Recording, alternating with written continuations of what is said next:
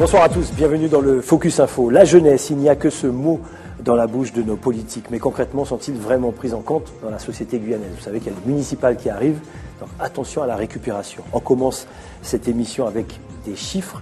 44% des Guyanais sont âgés de moins de 20 ans, 4% seulement de plus de 65 ans. On comprend pourquoi la jeunesse reste un enjeu majeur à tous les niveaux de la société dans notre département.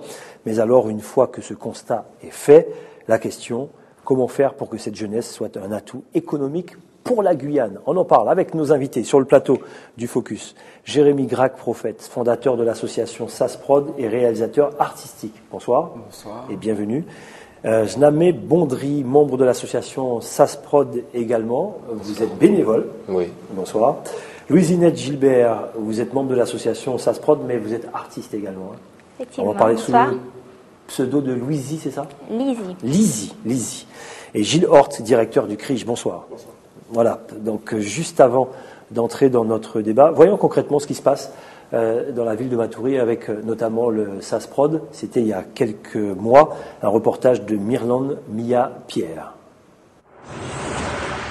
Lancement du projet Matoury Vibes Quartier, porté par le service développement social urbain de la mairie de Matoury. Un projet ambitieux en faveur des jeunes matouriens de 11-25 ans. Pour cette première édition, c'est l'esprit hip-hop qui est mis en avant, mettant à l'honneur 4 disciplines, le chant, la danse hip-hop, le graphe et le DJing. Dans la cohésion sociale, c'est exactement ce qui se fait en ce moment. C'est-à-dire que passer dans les quartiers, rencontrer des jeunes, monter des projets avec eux, des projets structurés, et voir dans quelle mesure ces jeunes peuvent s'exprimer, parce que les jeunes nous apprennent beaucoup sur le devenir de nos quartiers, de nos villes et sur la vie qui se passe en général sur le territoire de Matoury. Les présélections ont commencé samedi dernier à la Cité Concorde et s'effectueront dans différents quartiers de Matoury pour les samedis à venir. 8 jeunes seront retenus et bénéficieront d'un accompagnement à la création musicale et d'ateliers d'initiation durant les vacances d'été 2013. C'est pas donné à tout le monde de venir s'inscrire, ensuite de chanter devant un jury des personnes qu'on ne connaît pas, ni d'Adam ni d'Ève. Donc c'est aussi une prise de risque, et ça c'est intéressant, mais une prise de risque encadrée. Ils savent que de toute manière qu'il va y avoir un retour. Le retour c'est quoi? Ils seront accompagnés dans leur projet artistique, leur projet personnel, et que la municipalité sera toujours là pour les écouter, pour voir dans quelle mesure on peut avec eux construire et bâtir l'avenir. C'est un peu ça notre objectif. Construire et bâtir l'avenir avec des actions dites de prévention primaire. Matoury, dans son dynamisme de développement, soutient activement depuis 2008 une politique en faveur de la jeunesse. Je pense que tous les jeunes qui étaient là savent de quoi ils parlent. Et même si ils ne sont pas encore professionnels, ils ont quand même un certain vécu par rapport à tout ce qu'ils ont pu faire chez eux. Voilà, dans leur discipline. On a eu du R&B, ça fait plaisir. Du hip-hop aussi, différencié de hip-hop. J'ai apprécié particulièrement le jeune qui s'est exprimé en créole haïtien. C'est intéressant aussi de voir des choses comme ça. Une fois que les jeunes auront été sélectionnés, qu'on sera passé dans tous les quartiers qui ont été définis, il y aura des ateliers, donc ateliers d'écriture, dont Mickey je fais partie, et moi j'interviendrai dans l'atelier scénique en fait. Donc encadrer les candidats sur leur façon d'aborder la scène, le partage avec le public, la gestuelle, l'interprétation sur scène, et en gros vraiment les emmener jusqu'aux scènes qui ont été définies, entre autres la Biennale du Marronnage et le Guyana Fight. Les jeunes ont beaucoup de potentiel. Après, sur la longévité, on va voir et surtout voir vraiment s'il y a quelque chose qui va se dégager, un talent peut-être, on espère. Matoury Vibes Quartier, un projet qui aboutira à la production d'un CD qui sera distribué gratuitement en 8000 exemplaires. Prochaine présélection, samedi 25 mai, au quartier Copaya de Matoury. Voilà, donc ce n'est pas un projet SASPROD apparemment. Vous voyez comment il y a des confusions comme ça. Est-ce qu'on peut avoir une petite explication quand même, Jérémy Grac, sur... On pensait que c'était un... Très clairement, on va faire très court, c'est juste des grandes similitudes avec un projet qu'on avait fait nous aussi il y a 2 ans précédemment, qui s'appelait Docolari. Donc il y a peut-être quelques similitudes, mais non, ce n'est vraiment pas un projet du SASPROD, c'est à la mairie de Matoury elle-même ce projet-là. D'accord, très bien. C'était bien d'éclaircir tout cela. Alors on va en parler bien sûr de tous ces projets que vous avez notamment mis en place. Et puis on va voir comment vous vous intéressez notamment aux choses politiques dans votre pays, savoir si on a mis aussi en place des choses, et pareil pour le CRIJ avec notamment Gilles Hort. Est-ce que vous avez l'impression On va revenir bien sûr sur vos projets. Est-ce que vous avez l'impression que la société guyanaise a mis en place tous les moyens pour relever le défi de la jeunesse ici, en Guyane, au-delà même de ce que vous faites avec le SASPROD? Quel ressenti vous avez? La question, c'est pour vous deux. Vous avez 16 ans, vous avez 21 ans. Dites-nous. Je te laisse commencer. C'est pas une question simple, j'avoue. Pour ma part, j'ai l'impression que les moyens sont mis en place effectivement, mais il y a un gros problème au niveau de la communication avec les jeunes. La plupart, ils sont soit pas au courant ou pas du tout intéressés. Donc je pense que les moyens qui sont mis en place, ils sont pas en adéquation avec le besoin des jeunes. Après, c'est dur de savoir ce qu'un jeune veut réellement, parce qu'à 16 ans... D'où ce débat, justement, on veut le savoir ce soir. Entre 16 ans et 21 ans, c'est dur de savoir définitivement ce qu'on veut faire. Ouais, voilà. D'accord. Ce que vous voulez. Et vous? Je rejoins son avis, c'est vrai, effectivement, il y a des projets qui sont mis en œuvre pour les jeunes, mais je pense que ce n'est pas encore ce qu'il nous faudrait, parce que, ok, il y a le domaine de la musique, mais je pense qu'il y a beaucoup d'autres jeunes qui aimeraient, je sais pas, moi, on va dire... s'émanciper ailleurs? Voilà, dans d'autres... D'autres domaines? La danse, voilà, effectivement. Donc, pas que la musique, mais pas que de la musique, toujours voilà. Dans le domaine culturel. Voilà. Alors, culturellement, justement, SASPROD, 7 ans déjà, Jérémy, vous êtes à l'initiative de tout cela. Comment est née cette histoire du SASPROD? Et ça tient toujours, mais avec quelques difficultés quand même cette année. Ah oui, c'est très dur. Elle est née comment? Moi et puis Roman Thierry à l'époque, suite à un constat, on voyait qu'il y avait beaucoup de potentiel musical et que tout restait dans la rue, dans les postes, que même les médias ne crédibilisaient pas ce que la jeunesse pouvait faire au niveau de la musique. Donc nous, on a décidé de monter notre propre petite structure, notre propre petite association. Donc une association qui réunit quelques membres qui veulent montrer qu'on a une certaine musique en Guyane, on a une culture aussi autour de ça, qu'il suffit juste de nous donner les moyens. Et donc au début, on s'est un peu accroché avec tout le monde pour pouvoir être pris au sérieux, qu'on croit en nous tout simplement. Et une fois que cette étape-là est passée, on a pu un peu plus perdurer, on a pu créer des plus gros projets comme des chantiers d'insertion, on a créé de l'emploi dans l'association, s'ouvrir vraiment un pôle sur tout ce qui est le fonds documentaire autour de la musique et tout ça. Donc que ce soit la SACEM, enfin plein d'organismes qui sont en lien et qui professionnalisent ce secteur-là. Et après, on continue tant bien que mal. On a des membres qui viennent. On rappelle que l'association est ouverte à tous. Et par contre, ce qui est le plus dur, c'est de faire perdurer les financements, bien sûr. C'est là où, on est... Qui finance le SASPROD? Comment ça se passe? Alors le SASPROD est financé pas par par un partenaire étiqueté, c'est-à-dire qu'on fait différents projets et on fait appel selon le projet au partenaire. Donc quand ça va être très très musique, on va commencer à solliciter la région, solliciter le conseil général, solliciter aussi même les communes, de là où est l'artiste bien sûr. On prend l'exemple avec Route d'Adi sur la commune de Rémire, il a été très suivi, voilà, il y a eu vraiment, on sent une osmose de ce côté-là.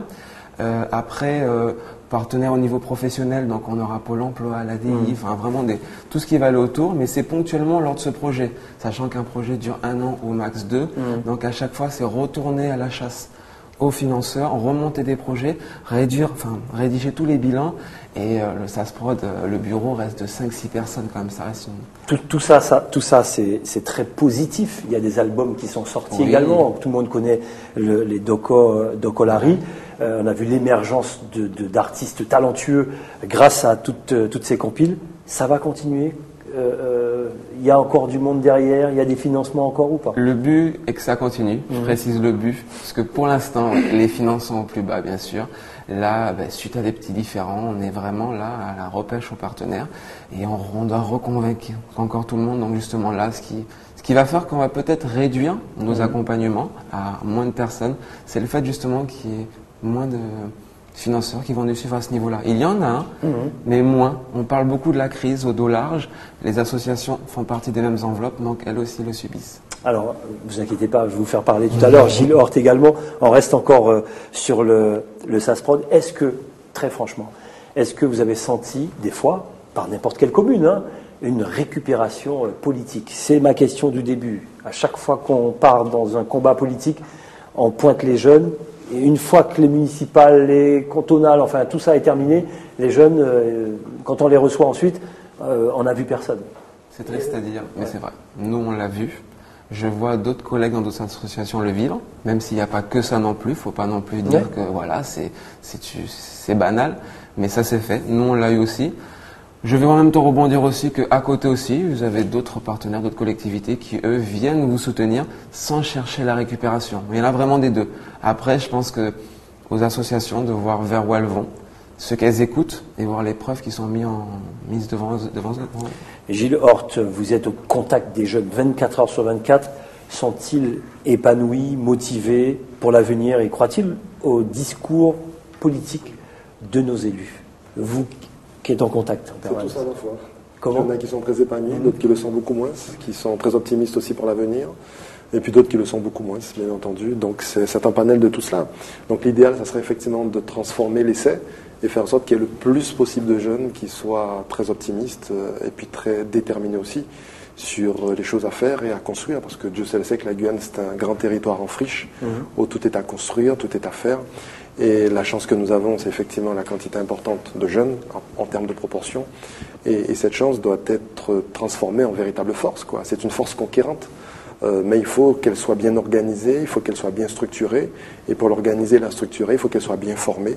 Il faut qu'elle ait des modèles, des exemples. C'est ce qu'on dit souvent. Ça veut dire que la meilleure façon de motiver un jeune, c'est de lui montrer des modèles, c'est de lui apporter d'autres de sa génération, ou qui ont peut-être 2, 3, 4 ou 5 ans de plus que lui, et qui sont passés par quel chemin pour arriver à tel résultat.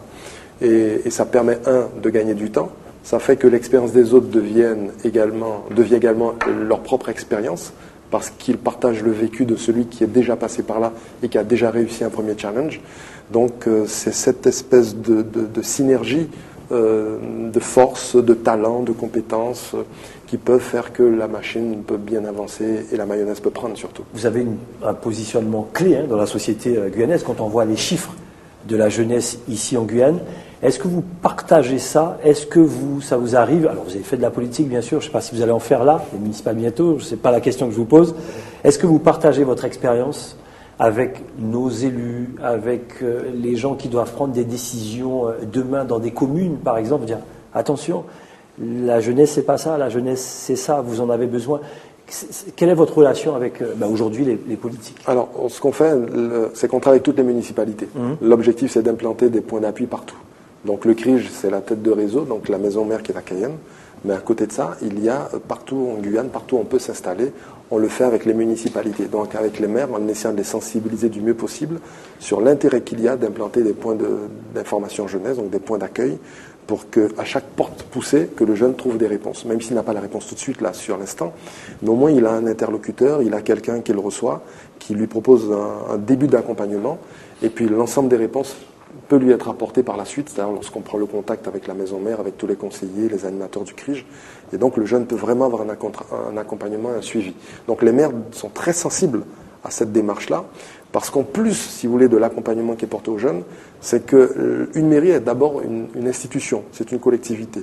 Et dans ce cadre-là, le jeune ne viendra pas forcément pousser la porte d'une mairie pour demander telle ou telle ou telle chose. Par contre, il poussera plus facilement les portes du PIJ, il aura un interlocuteur face à lui, et cette information va systématiquement remonter au niveau du maire. Et là, il y a des contacts qui sont pris tout de suite après avec ce jeune pour l'écouter, voir dans quelle mesure on peut l'aider. Et donc ça permet de fluidifier l'approche. Alors, on parle d'épanouissement pour demain. Alors, il est clair que lorsqu'on est jeune, lorsqu'on a 15-16 ans, on aime la musique, on aime la danse. C'est une manière d'occuper également et on peut trouver sa voie d'un point de vue culturel ou ailleurs. Qu'est-ce que vous avez envie de faire demain? Est-ce que vous savez, vous à 16 ans, vous à 21 ans, est-ce que vous avez une idée déjà? Est-ce que vous projetez déjà dans l'avenir? Qu'est-ce que vous voulez faire plus tard? Moi, du point de vue de ma formation, comme j'ai déjà un bac pro commerce, j'aurais voulu débuter dans le commerce. Après, ça peut être le commerce vaste, mais j'ai une prédilection pour la concession. J'aurais aimé ouvrir une concession ici. Et dans le futur, si ça perdure, créer une usine pour une voiture 100% Guyane, pourquoi pas. Est-ce que vous voulez aller jusqu'où au niveau de vos études? Là, ça fait 1 an que j'ai arrêté, parce que j'étais vraiment pas motivé par un BTS. Et maintenant, j'ai constaté que peut-être qu'il fallait le faire. Mais après, j'ai déjà beaucoup d'amis qui ont un BTS et qui, ça fait 1 an ou 2, qui galèrent pour trouver un job. Je me dis, à quoi bon? En créole, on dit chance joie, pas chance corps. Ouais, voilà. Effectivement. Et vous, à 16 ans, alors si vous me dites, je sais ce que je veux faire, chapeau. J'ai une petite idée. J'aimerais bien faire de ma passion mon métier, déjà premièrement. Mais bon, comme on dit, il faut toujours un plan B. Donc, je pense que je vais plus me diriger vers la Sciences Po, bizarrement, en politique. Bravo. Merci. Mais ce n'est pas encore sûr, on verra. Vous vous tâtez encore. Voilà, c'est normal. À 16 ans, c'est normal. La réussite pour vous, les jeunes, c'est quoi? Gagner beaucoup d'argent ou avoir de grands diplômes, ou une réussite qui va s'incarner dans des valeurs durables, c'est-à-dire avoir un travail. C'est quoi pour vous la réussite? Pour moi, la réussite, ce serait plutôt de réaliser ce qu'on aimerait faire. Voilà, l'argent, c'est bien, mais il faut qu'il y ait la passion aussi, je dirais. Enfin, pour ma part, on doit forcément passer par des métiers qui sont désagréables, mais je pense que faire ce qu'on aime, c'est le meilleur. D'accord, la belle voiture, la belle montre. Oui, si à travers ce qu'on aime, on peut gagner la belle voiture et la montre, il n'y a pas de souci. Ça fait plaisir d'entendre ça. Au moins, c'est concret, il n'y a pas d'hypocrisie dans votre discours. Et vous? Oui, c'est sûr. Après, bien réussir dans sa vie, pour moi, ça part d'un épanouissement personnel. Une fois qu'on est bien au fond de soi, c'est qu'on a réussi, je pense. Après, la grosse maison, voiture, tout ça, c'est un plus, on ne va pas cracher dessus. Mais je pense que ce n'est pas ce qu'il faut réellement. Très bien. Une carte jeune, c'est bien, mais peut-on former nos futurs ingénieurs? On parle de ce qui s'est passé notamment à l'UAG. Est-ce que vous avez suivi un petit peu ce qui s'est passé à l'UAG? Non, pas du tout. Vous étiez loin de tout ça? Ou pas? Je n'ai pas la fameuse grève à l'université? Ah si, oui, bien sûr. Je suis au lycée Léon Gontran-Damas, donc j'ai aussi assisté à la grève. Quoi dire? J'ai pas de jugement en fait. J'ai pas de jugement parce que j'y ai participé le jour où ça s'est fait, le jour où ils ont décidé de faire la grève, donc les élèves. Mais je vais pas faire l'hypocrite ou autre. Allons-y. J'ai pas vraiment participé. Après, c'est un sujet qui m'est sensible quand même parce que je fais partie de la Guyane, donc je suis la jeunesse guyanaise. Mais mes études, je souhaiterais partir, donc je pense que je vais laisser ça pour les autres. Je m'en mêle pas, vraiment. Et vous? Vous avez suivi de près? Oui, moi plusieurs fois je suis allé sur le barrage près de l'UAG. Exact. Et pour la marche sur l'avenue Général de Gaulle, j'y étais aussi. Je pris des photos et tout. Et je pense que ça partait de bons principes. Parce que vu la taille de la Guyane, ça serait bien d'avoir une université gérée ici plutôt qu'à 2 ou 3 000 kilomètres comme c'est fait actuellement. C'était pareil avec le rectorat et tout ça. Il faut arrêter de vouloir nous bloquer, entre guillemets, nous laisser dans un niveau et puis voilà, en fait, on profite la plupart du temps sur nous. Est-ce que des politiques est-ce que vous êtes déjà rentré en contact avec des élus, nos élus ici, pour écouter je ne sais quel discours d'ailleurs? Est-ce que c'était votre cas ou pas, ou vous? Non, jamais? Je ne m'en souviens pas. Est-ce que vous êtes déjà allé écouter un meeting? Est-ce que vous êtes déjà intéressé à un discours, un débat politique sur les chaînes? À la télé. Ça vous intéresse? Beaucoup. Vous aussi? Ouais, la dernière fois que ça m'était arrivé, c'était pour le débat pour l'article 73 et 74. D'accord. C'est là que j'ai ouvert mes yeux, on va dire ça. Gilles Hort y était d'ailleurs, d'accord, dans les débats. Est-ce que vous votez? Vous avez 21 ans. Oui, c'est un droit citoyen, il faut aller voter, même si c'est un vote blanc.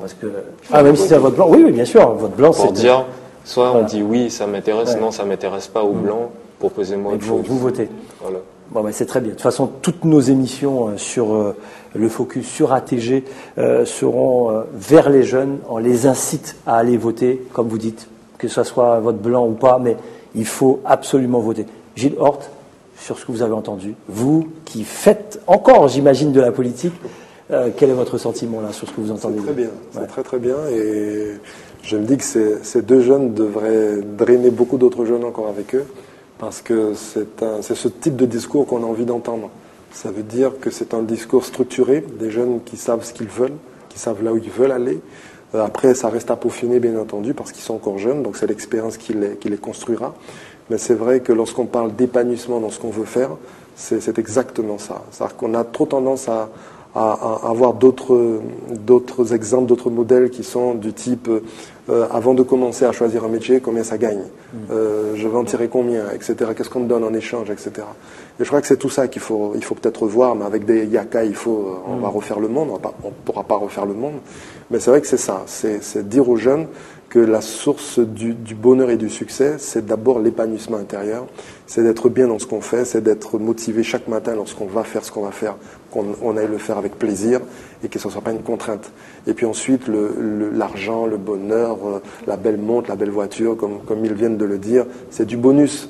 Après, ça se gère, mais c'est tellement, qu'allais-je dire, c'est tellement sans importance par rapport à la réalité même de l'existence, de la vie, de ce qu'on est, de ce qu'on fait, de là où on va. Ça reste que de l'ingrédient matériel. Mais le vrai bonheur, c'est au fond de soi. Et c'est sa détermination, et puis d'être fier surtout de ce qu'on devient, de ce qu'on fait dans sa vie, quoi.